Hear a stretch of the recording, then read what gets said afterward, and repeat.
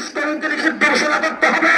প্রয়োজনে কাপড় বেঁধে 24 ঘন্টার নোটিশে মাঠে নামতে প্রস্তাব আছেন কিনা জানতে চাই।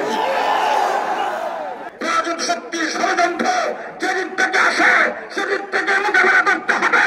অন্তর্বর্তীকালীন সরকারকে সহযোগিতা করতে চাই।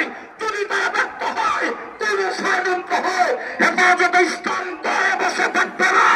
আবার সত্য করতে হবে, আবার সত্য করতে হবে, আবার সত্য করতে হবে। কারো এখনো আওয়ামী লীগ খারাপ হবে। আওয়ামী কৃষকদের বিরুদ্ধে নির্যাতিত হয়েছেন, নিপীড়িত হয়েছেন, গুম হত্যা হয়েছে অনেক। তারপরে এখন আপনাদের কথাবার্তায় বোঝা যাচ্ছে তারা খারাপ হবে না। আপনাদের জন্য মনে একটু দুঃখ।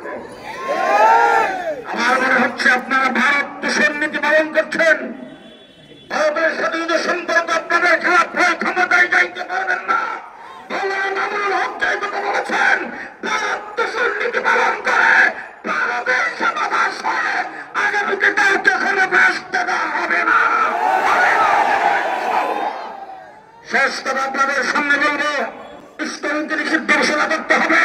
রাজক শক্তি ষড়যন্ত্র যেদিক থেকে আসে সেদিক থেকে মোকাবেলা করতে হবে।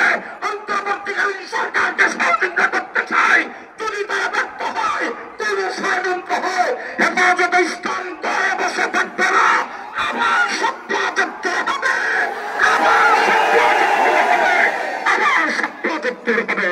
মনোযোগের মাধ্যমে আজকের সমাবেশ এখানেই শেষ হবে। ধন্যবাদ জানাচ্ছি যে যেখান থেকে আগমন করেছেন, কষ্ট করে জমার পরে যারা এসেছেন ধন্যবাদ জানাই বলতে চাই।